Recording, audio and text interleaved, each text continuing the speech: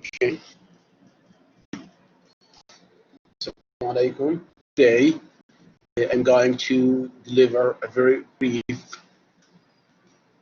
introduction about postcolonialism, okay, and the differences between postcolonialism and post-colonial criticism, and how to analyze literary text using post-colonial criticism.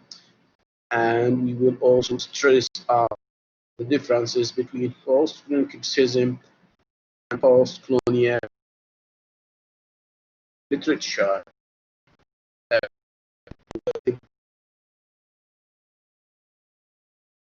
very between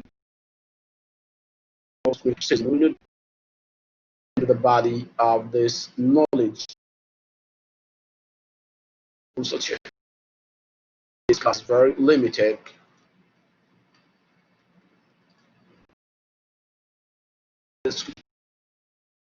This class focuses on addressing the following issues in postcolonialism. Okay, we will study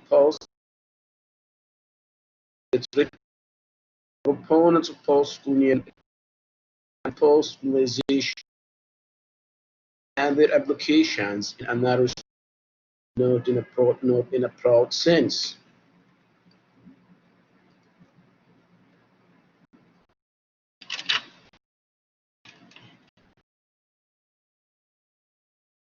We have colonialism. It is a historical period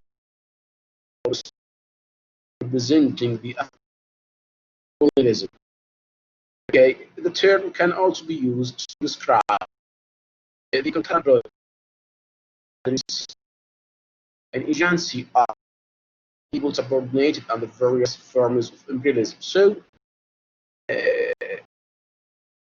we have two periods of time. We have the colonization, where most parts of the world were colonized by Western imperialism, and then the process of decolonization, or the process which came after decolonization, where the people have acquired their independence and their freedom from the colonial power. Okay, so postcolonialism is kind of meditation, reset and the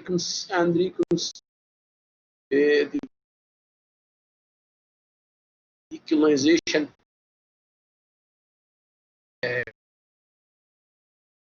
writers were living, and this is one of the greatest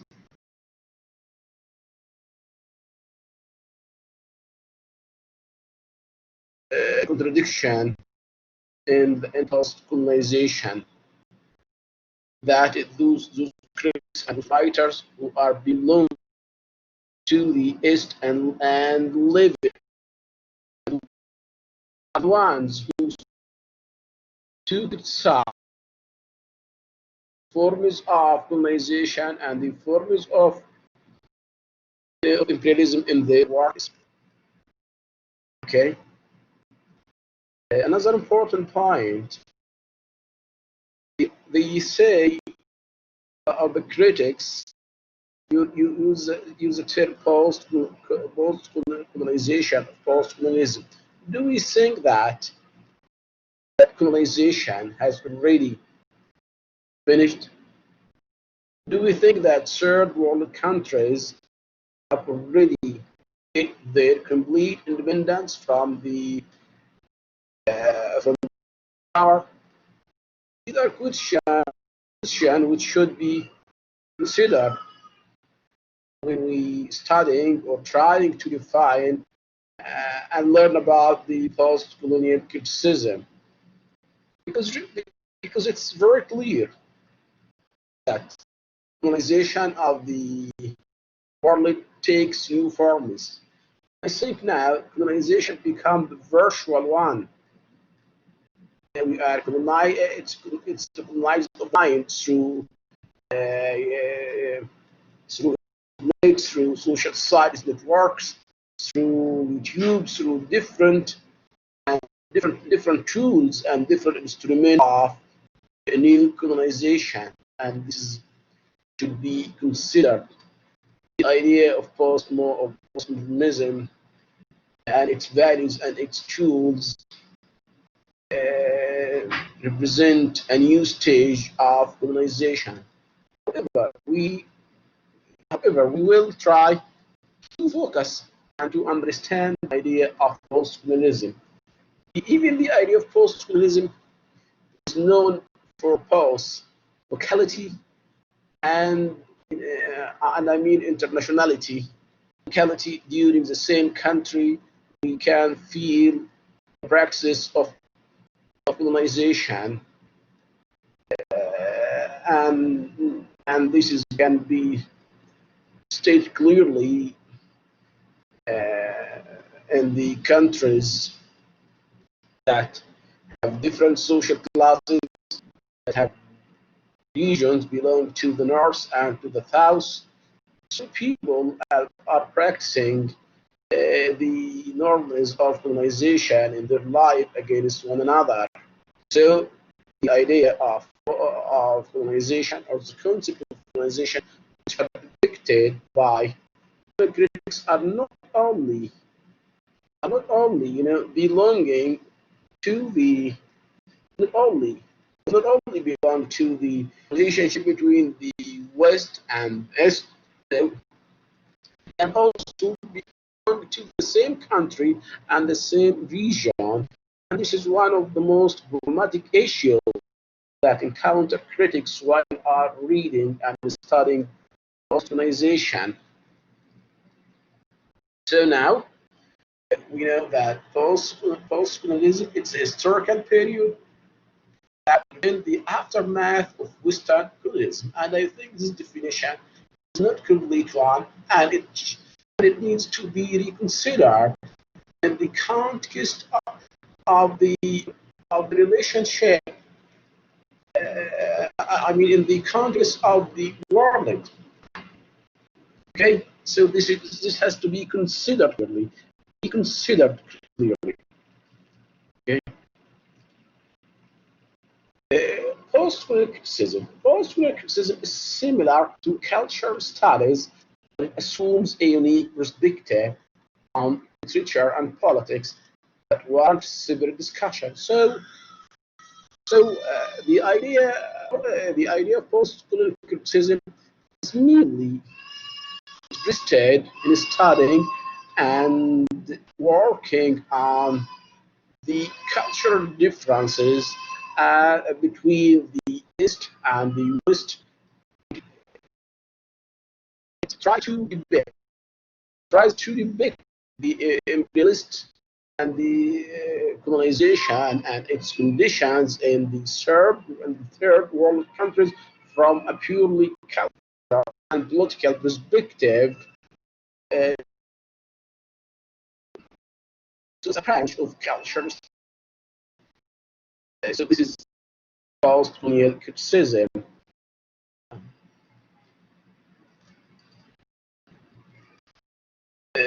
Now I'm speaking about the characteristics of post-colonial criticism. We have just said, and I talked of cultural studies that focus on the systems of representation of the of the Eastern, the works of Muslim people. Okay, for such a reason, the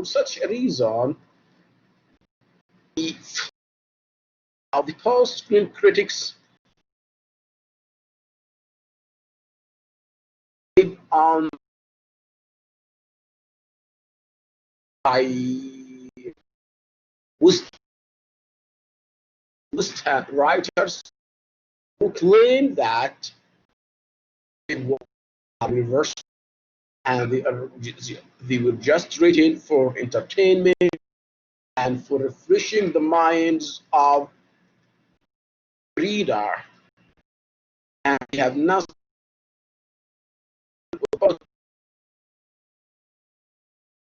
enlightened and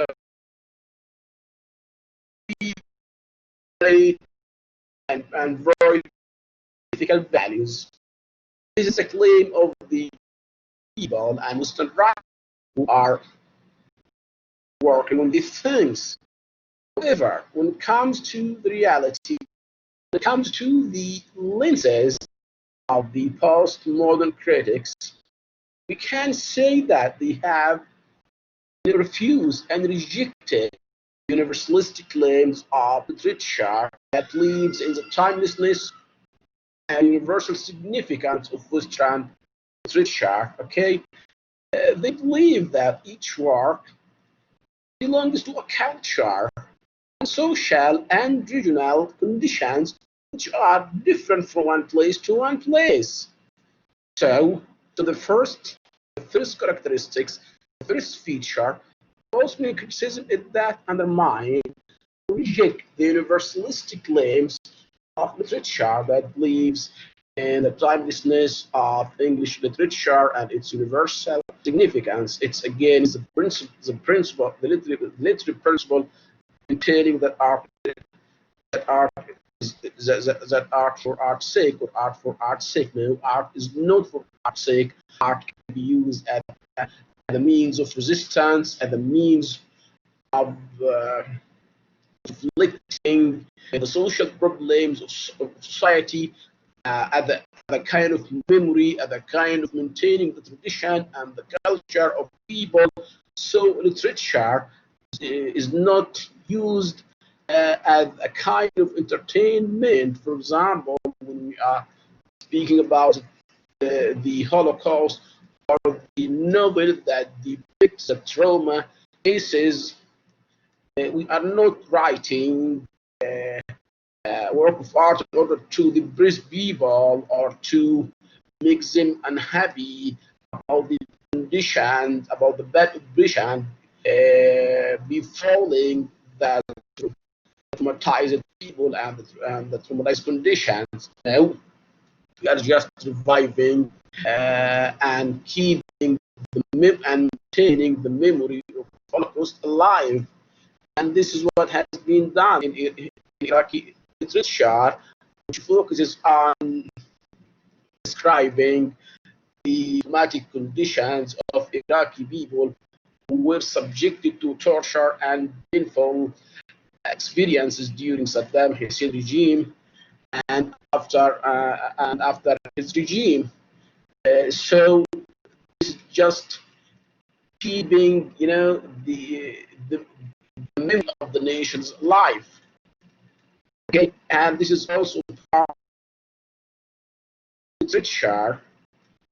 And another characteristic post-colonial criticism is that it focuses on the representations of the colonized people and the culture by the Western. Okay, so I think before Edward said the idea of reconcile the representation of the colonized in the works of Western writers was ignored. I mean, it wasn't taken its due attention because most people saw that these works are free of ideology, so there is no need to reconsider or focus on the systems of representing the other, I mean the colonized people in these works. For this was a meaningless act, which brings no good fruit at all. The coming of Edward Said Oriental, the whole condition changed. Okay, so let us learn more about the characteristics of post-colonial criticism. Okay, so it also focuses on revealing supremacy and Eurocentric norms. And what supremacy we have received many stories of the white supremacy in America, and how some people such values try to kill the other or different from this. White supremacy means white race is superior to all other races in the world, and other races should serve him. So there's a kind of servitude, there's a kind of unequal power. And even this inequality is post biological, culture, and even it's related to the color. So we are born to be the best nation ever created in the world. And this is related to biology, this is related to to mentality, to way of thinking, and many other. And the idea, the problem doesn't spring from the idea of white supremacy itself, but its negative consequences that that might be destructive to the other nations of the earth. Okay, so and one characteristics of post-criticism is that try to reclaim the history of the colonized people, which is obscured or destroyed by the, by the colonized power. Okay, for this reason, the post-colonial writers evokes a pre-colonial version of their own nation. And really, this has taken different shapes. So the post-colonial critics call for reclaiming the original and the historical culture of their own nation. They call for reclaiming the tradition, their culture, I mean their power, and many things like that. Okay, so it's very important, and really, this is culturally deconstructed by the Western power through imposing globalization, new systems, and new models of thinking and thought. Okay, and even some ideas of post-colonial criticism were against the principles of reclaiming the lost history of the colonized nations. For example, the idea of hybridity, the idea of a discrepancy of cultural experience are coming to deconstruct the the post-colonial critic believe in I mean believe in the right to reclaim their own culture, because because the idea of reclaiming their own culture is also contradictory. They I mean they repeat the same mistakes of the colonizer, who are believing in the superiority and the purity of their own culture, and they do their best to isolate it from effect of other world culture. So there are several points of contradictions which can be noticed in the post-colonial criticism. And and really, in this class, I'm just giving very introductory and very simple lecture about the principles and the tools of post-colonial criticism. Okay, and really, they focus on the identity as a double or hybrid or stable. So here, there is kind of contradiction between their belief in the hybridity and in stability of the identity of post-colonial man, and their belief in reclaiming a pure history and a pure tradition. Both of these two items contradict each other clearly. Okay, so I'm just speaking about giving insightful comments about the problems of post-colonial criticism and also the problems of colonization in order to reach, a good way or a middle way that provide the reader with. I'm not providing a reader with a good understanding. I'm just trying to elicit, to provoke his mind in order to think with me about these issues. I might be wrong, okay, but it's kind of open dialogue with my audience, okay. So, generally speaking, the post-colonial criticism or post-colonial literature is like a site in which ideological struggles are acted out. So I have my ideology. I have my ideology as the colonizer, and then I have my ideology as colonized, and these two ideologies are clashing each other, which is clearly depicted in Samuel Hinton books, The Glass of Civilization, and next door such a culture, and really, we can believe partly in Samuel Hinton's principles of clash of culture, because now what is the effect of social Facebook, Twitter, YouTube's are very challenging, and it represents a very developed stage of colonization, and even the nature of global disease like coronavirus is considered to be one of forms of of colonization. So we have different issues relating to this topic.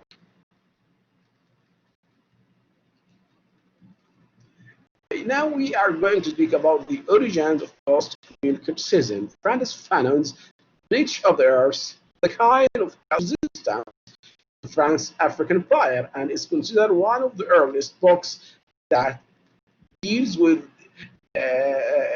post issues in his work.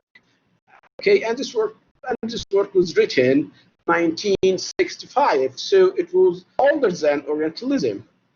The Reach of the Earth, Fanon tried to reclaim the history of colonized nation and erode the equalist ideology. Okay, so he tries to focus on that we are African people. We have our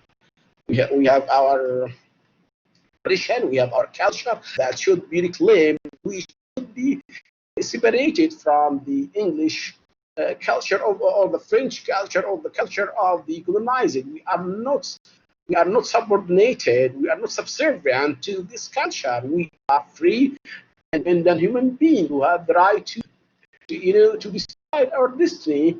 And this is the start of post-colonial critics writing and post-colonial writers' style of writing on post-colonization.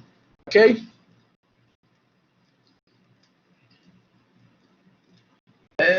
And the breakthrough and the most important work affected the post-colonial studies. And I don't say, if I say it affects only the post-colonial studies, I will be wrong, because it also affects feminism, affect different types of literacy, which is Orientalism.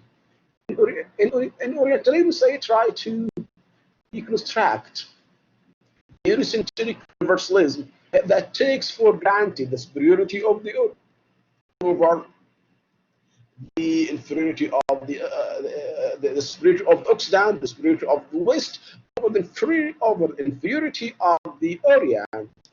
And really, this book derives its strength and its power from three major principles. The first principle is the idea of distinction and inevitable equality, which or some people call it by opposition binary opposition between the Orient and the Occident, which represents a start point of thinking for the Orientalists when they try to deal with the Orient.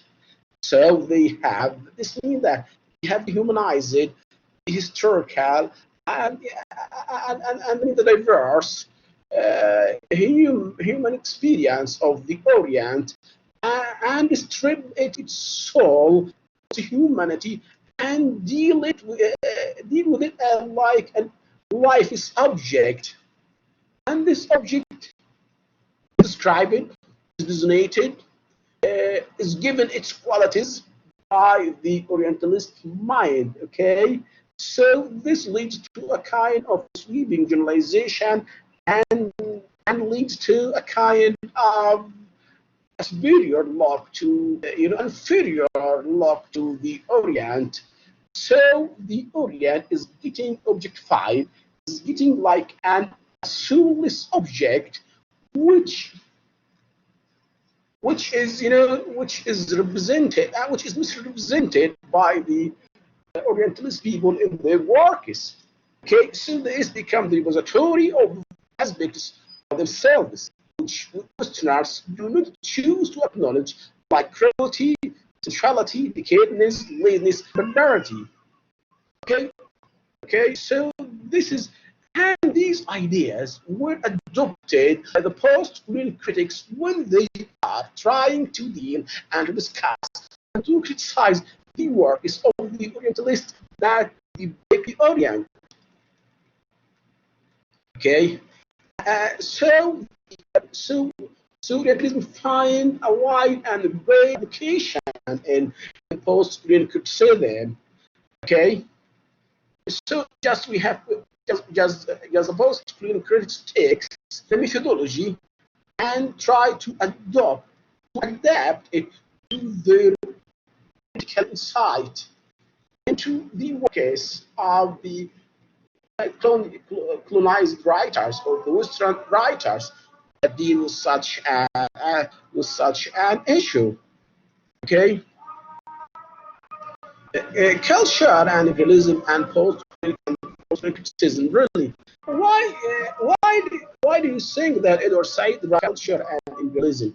And what is the relation between culture and imperialism and Orientalism? After writing Orientalism, Said was accused of methodological misconception that he uses the same principles of the Orientalist to criticize them. So the state was running in a vicious circle, with the principle that he tries to debunk and to criticize in Orientalism. He used them. Instead of deconstructing them, he used them to criticize the Orientalists.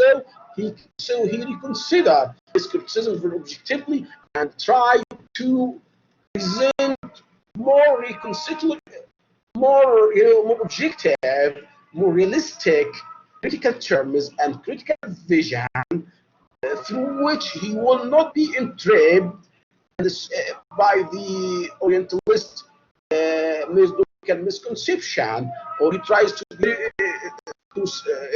objective and try to defend, a justice, a justice case. So, for example, when Said criticized the Orientalists that they have based on a primary opposition between the Orient and Occident, he does not provide ground, does not provide a base, a critical base for his criticism.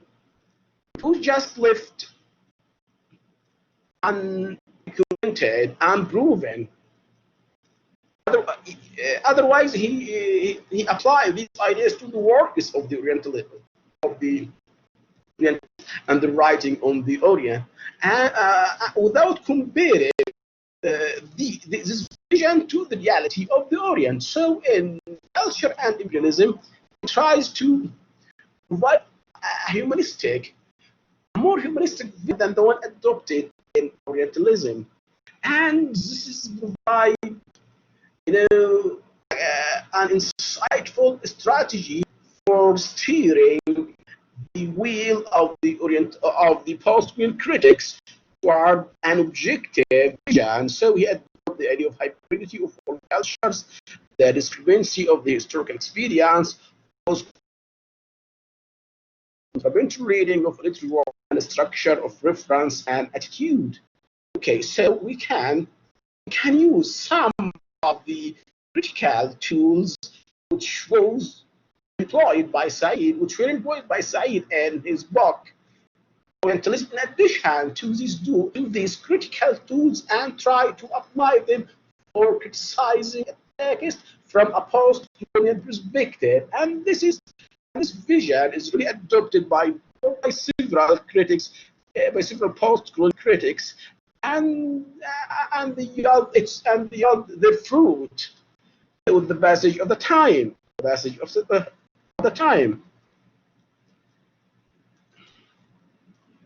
Okay, so